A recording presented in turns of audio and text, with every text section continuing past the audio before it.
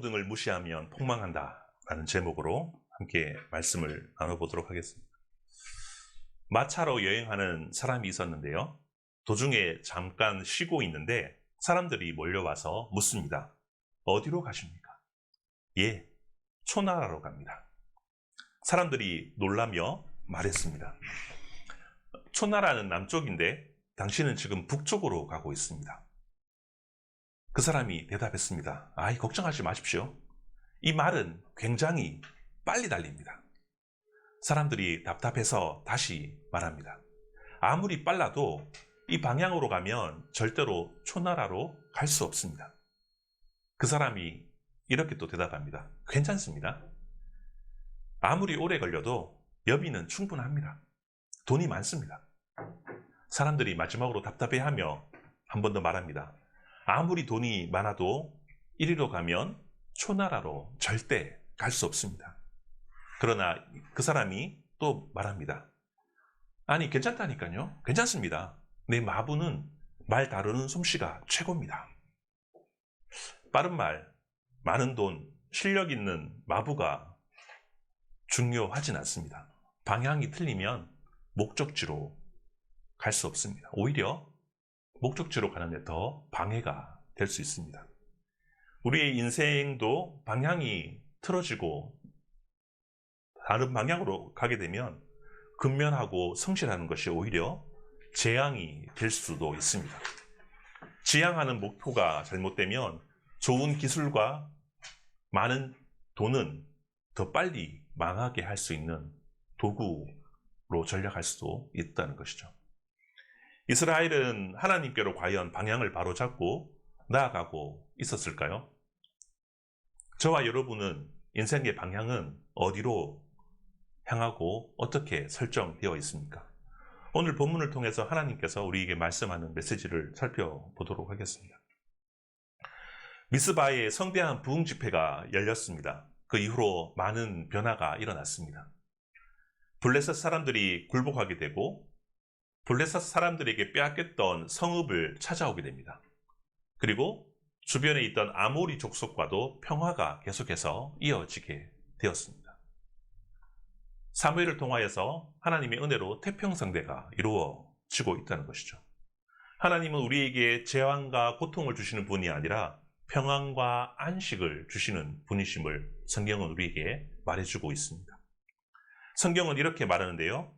사무엘이 사는 날 동안에 이스라엘을 다스렸으되 해마다 길갈과 미스바로 순회하여 다스리고 여호와를 위하여 제단을 쌓았다라고 이야기하고 있습니다. 사무엘이 사는 날까지 계속해서 지역을 다스리고 지역을 돌면서 순회하고 예배드리고 이스라엘들을 독려하고 하나님께로 돌아오라고 그렇게 했던 것이죠. 한 사람의 리더십으로 인해서 사사기 때에 완전 폭망했던 그런 이스라엘을 구제하고 구원하고 제자리로 돌려놓게 되었던 것이죠. 그것이 하나님의 은혜임을 우리가 알고 있고 성경도 하나님의 역사임을 이야기해주고 있습니다. 중요한 것은 한 사람의 크리스찬의 고백과 헌신과 용기를 통하여서 하나님께서 그 사람을 통하여서 하나님의 계획이 이루어짐을 이야기해주고 있다는 것입니다.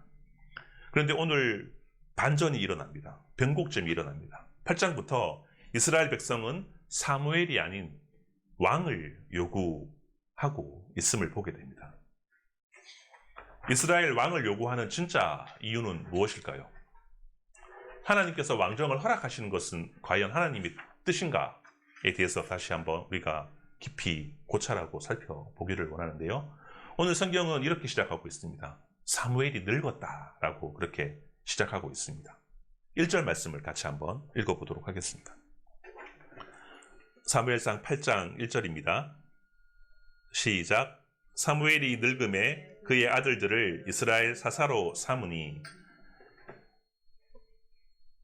연로함은 지혜와 축복으로 그렇게 상징되기도 하지만 오늘 성경은 신체적으로, 정신적으로 연약함을 나타내는 그런 이야기를 하고 있습니다. 여러분에게 질문을 하나 하겠습니다. 사사는 세습을 해도 될까요? 사사는 세습 제도가 맞습니까?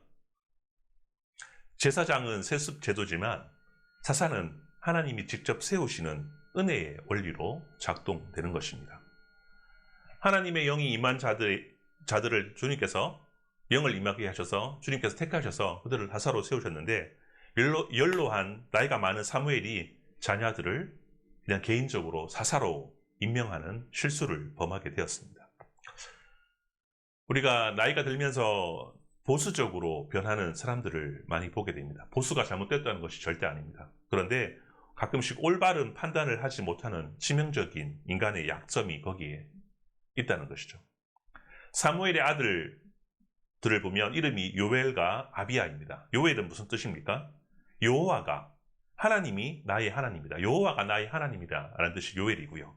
그리고 아비야는 여호와가 나의 아버지다 라는 뜻을 가지고 있습니다. 사무엘의 신앙 고백처럼 그의 아들을 요엘과 아비야로 그렇게 지었던 것이죠. 그런데 말년에 늙었을 때 그가 실수를 하게 됩니다. 사무엘의 자녀들이 남쪽 브엘세바에서 사사가 되었다라고 이야기를 하고 있습니다. 2절 말씀도 같이 한번 읽어보도록 하겠습니다. 사무엘상 8장 2절입니다. 시작. 장자의 이름은 요엘이요 차자의 이름은 아비야라. 그들이 브엘세바에서 사사가 되니라. 그런데 3절에 보니까 그의 아들들이 자기 아버지의 행위를 따르지 아니하고 이익을 따라 뇌물을 받고 판결을 굽게 했다라고 이야기하고 있습니다. 사사를 맡겼더니 사무엘이 그의 아들들에게 사사를 맡겼더니 그가 브엘세바 남쪽에서 하사직을 맡고 다스리고 있는데 아버지께서 하신 모습대로 하지 않고 자신의 이익을 따라서 뇌물을 받고 판결을 자기 마음대로 했다는 것이죠. 아마 이런 것 같습니다. 우리 아버지가 사무엘이야. 오늘날로 말하면 대통령쯤 될 것 같습니다. 우리 아버지가 사무엘인데 내가 조금 해먹는다고 해서 불만 없지? 이런 마음으로 아마 했을 것입니다. 당연한 거 아니야? 아버지가 그렇게 고생하셨는데 내가 조금 사익을 취한다 한들 그게 무슨 해가 돼? 라고 생각을 했을지도 모르겠습니다. 내 남편이 대통령인데 내가 디올백 하나 받는 거 뭐가 문제돼? 라고 생각하면서 그렇게 받지 않았을까 생각해 봅니다. 이런 논리로 사무엘 자녀들이 공권력을 남용했다는 것이죠. 성경에 보면 오늘 성경의 이익을 따라 행했다는 것을 원어로 보니까 바른 길에서 벗어났다라는 의미가 있습니다. 하나님께서 제시한 길에서 그 바른 길에서 벗어났다는 의미입니다. 하나님께서 가라고 하신 그 길에 벗어났다는 행위는 사적의 이득을 추구하고 공적인 이득을 저버린 행위 역시 하나님께서 원하시는 길이 아니다라는 것을 성경은 말해주고 있습니다. 이러한 일들이 있은 후에 이스라엘 장로들이 사무엘이 살고 있던 라마 지역에 가서 황당한 요구를 하게 됩니다. 무슨 요구입니까? 사무엘을 통하여서 이스라엘의 진정한 왕이 오시게 되었고 하나님께서 다스리고 계신데 왕을 요구한 거죠. 인간적인 왕을 요구하고 나셨습니다. 사무엘 당신은 이미 늙었고 당신의 아들을 사사로 맡겼더니 걔네들이 깽판을 치고 있어서 도저히 안 되겠다. 우리 왕을 하나 세워달라고 그렇게 이야기를 하고 있다는 거죠. 요즘에 핫한 트렌드인 왕정에 대해서 이 왕정이 대세지 않냐. 왕을 요구해 달라는 것이 오늘 시대에 요구하는 그런 트렌드다라고 하면서 왕을 요구하고 있다는 것입니다. 5절 말씀을 같이 한번 읽어보도록 하겠습니다. 5절 말씀입니다. 시작. 그에게 이르되 보소서 당신은 늙고 당신의 아들들은 당신의 행위를 따르지 아니하니 모든 나라와 같이 우리에게 왕을 세워 우리를 다스리게 하소서 한지라. 주변을 보십시오. 왕정을 시작한 나라는 다 강대국입니다. 동쪽에 있는 나라 그리고 서쪽에 있는 나라 주변에 보니까 다 강대국이고 문명을 이룬 왕국들은 다 왕이 통치하고 있습니다. 우리도 왕정합시다. 이게 트렌드입니다. 라고 이야기한 것입니다. 왕정은 고대 근동에서 가장 선진적인 그런 정치 체계입니다. 오늘날 민주주의 정치 제도와 같은 보편적인 그런 제도인 것이죠. 왕정을 일찍이 선택한 나라들은 선진 문명을 이루는 그런 사람들이었습니다. 메소포타미아 문명, 그리고 이집트 문명 등등 주변에 왕정을 한 나라들은 잘 살고 잘 먹고 잘 지내고 있다는 것입니다. 왕정 국가는 대규모 건설 사업에 필요한 노동력과 그리고 자원을 효과적으로 조달할 수 있는 유일한 쉬운 방법이 왕정입니다. 왕이 한마디로 다 모여 사람들이 동원되고 세금이 동원되기 때문입니다. 왕의 카리스마로 인해서 왕의 절대 권력을 통해서 왕의 한마디면 착착착 문명들이 도시들이 세워지기 때문입니다. 거대한 궁전과 신전, 상하수도 시설, 경기장, 농어촌에는 대규모 관계시설로 사람들이 문명과 부를 축적하고 군사와 이 군사훈련을 통해서 안정적인 치안이 생겨나기 때문에 사람들의 눈으로 볼 때 누구나 선망의 대상인 것이죠. 오늘날 따지면 미국 같은 그런 선진 자유주의 국가의 그런 대상이 왕정 국가인 것입니다. 우리는 아직 부속국가지 않냐? 시대에 뒤떨어진 후발주자이다. 그러니 주변의 나라를 보면서 우리도 선진 시스템을 도입하자라는 것이 이 12지파의 생각들이었습니다. 있어 보이지 않습니까? 세련돼 보이지 않습니까? 그리고 선진화되어 보이고 미래지향적입니다. 구미에 당기고 한번 해볼 만한 그런 시도였습니다. 여러분 어떻게 생각하십니까? 오늘날 이러한 것을 교회에 적용하다 보니까 교회가 점점 대형화되고 사람들이 이 대형화에 선망이 되고 그리고 능력도 없는데 각종 행사에 장으로 불려가는 큰 교회 담임 목사님의 위세가 더 커 보입니다. 행사를 치르려면 대형 교회의 후원을 받지 않고는 하기 힘듭니다. 그래서 담임 목사를 큰 교회 담임 목사를 불러서 장으로 맡깁니다. 이뿐만 아니라 더 나아가서 대형교회 목사들의 아들들이 그 교회 담임으로 세습하면서 각종 언론과 또 여러 가지 잡음들이 일어나고 있습니다.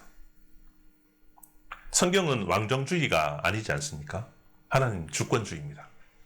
민주주의도 아니고 공산주의도 아니고 사회주의는 더더욱 아닙니다. 신본주의입니다. 하나님의 뜻대로 움직이는 것이 바로 신본주의라는 것이죠. 아무리 세련화되고 미래지향적이고 고급화되고 이뻐 보여도 하나님께서 그것이 아니라고 하면 그것을 선택하면 되는 것이 아닌 것이죠. 대형교회를 지향하는 것은 하나님이 원하지 않습니다. 더군다나 세습하는 것은 교회법에도 부정으로 규정하고 있습니다. 그러나 그것이 대세라고 하면서 그렇게 나아가는 것이죠. 사무엘이 그 요구하는 것을 보고 되게 실망을 하게 됩니다. 많은 사람들이 그것을 보고 동일하게 실망을 금치 않을 수가 없습니다.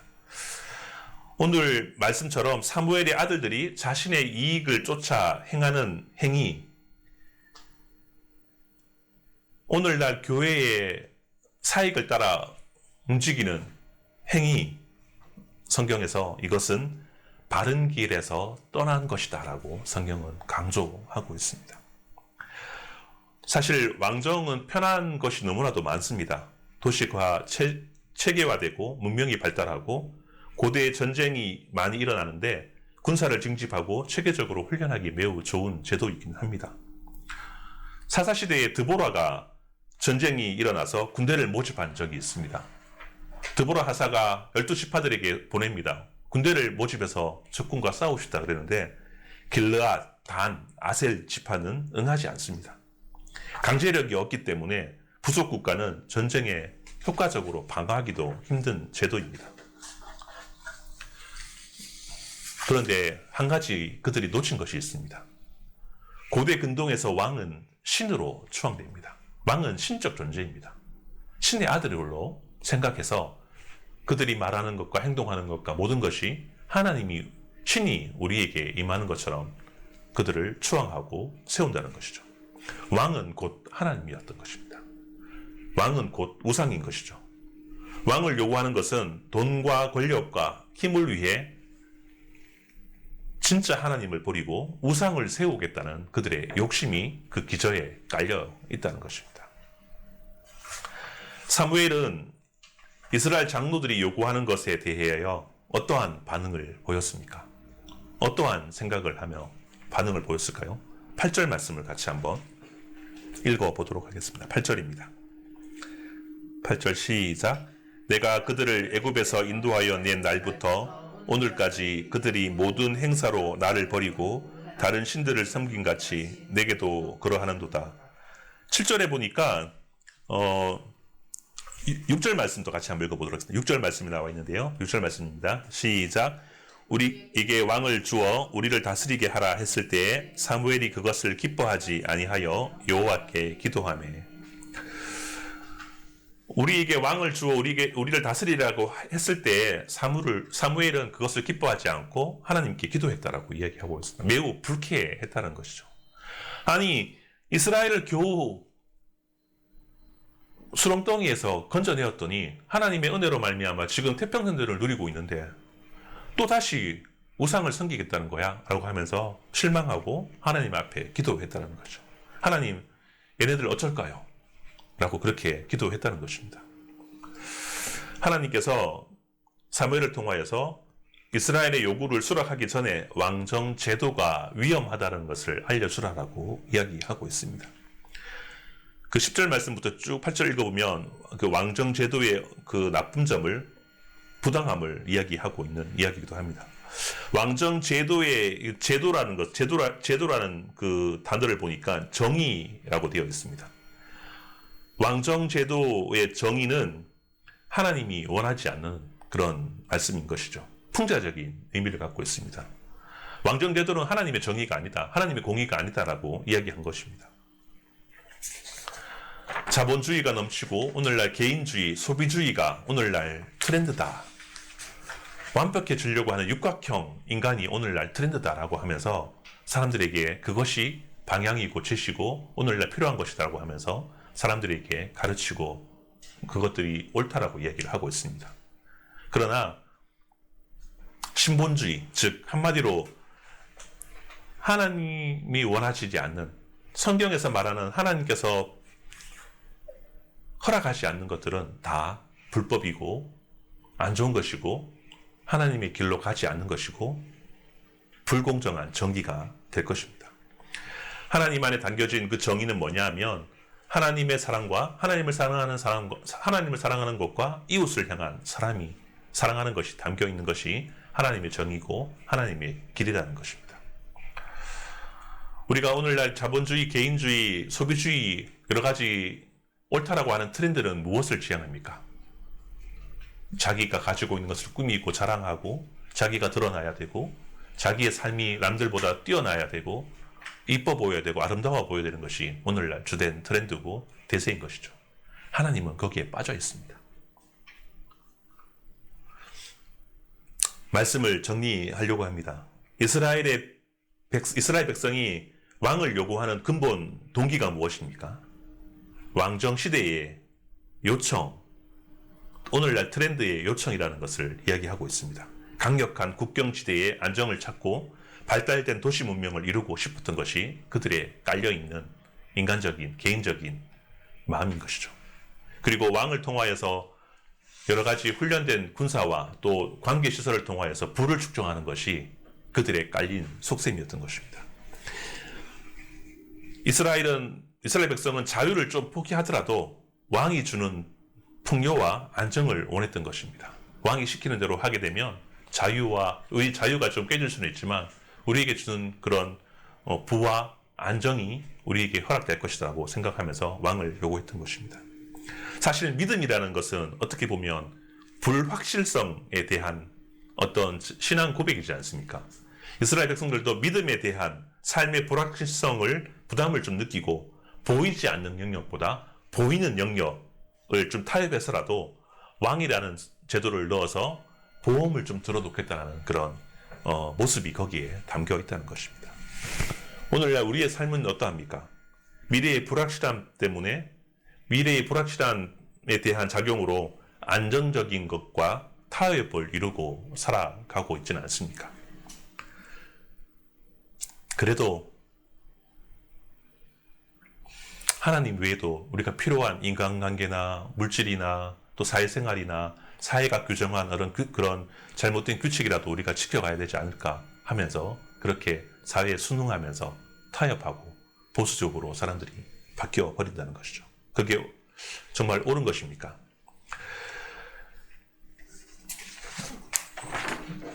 하나님께서는 우리의 인생을 앞서 이루어 가시고 우리의 필요함들을 이미 알고 계시고 우리가 기도하며 하나님 나라를 추구하며 나아갈 때마다 그때와 그 시에 맞게 하나님께서 만들어주시고 이루어주시고 한 발 앞서 우리의 인생을 지지해 주시고 그 길을 닦아 열어주실 줄 믿습니다.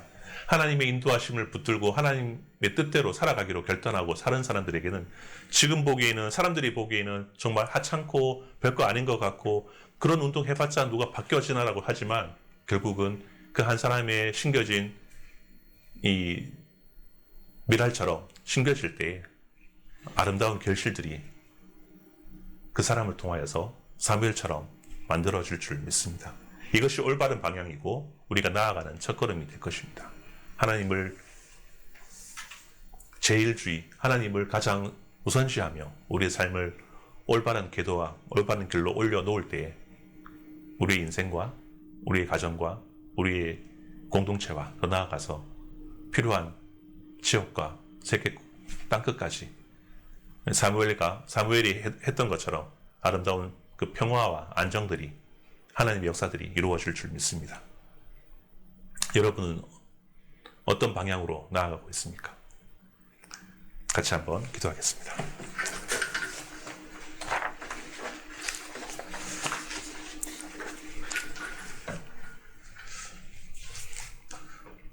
같이 한번 기도할 때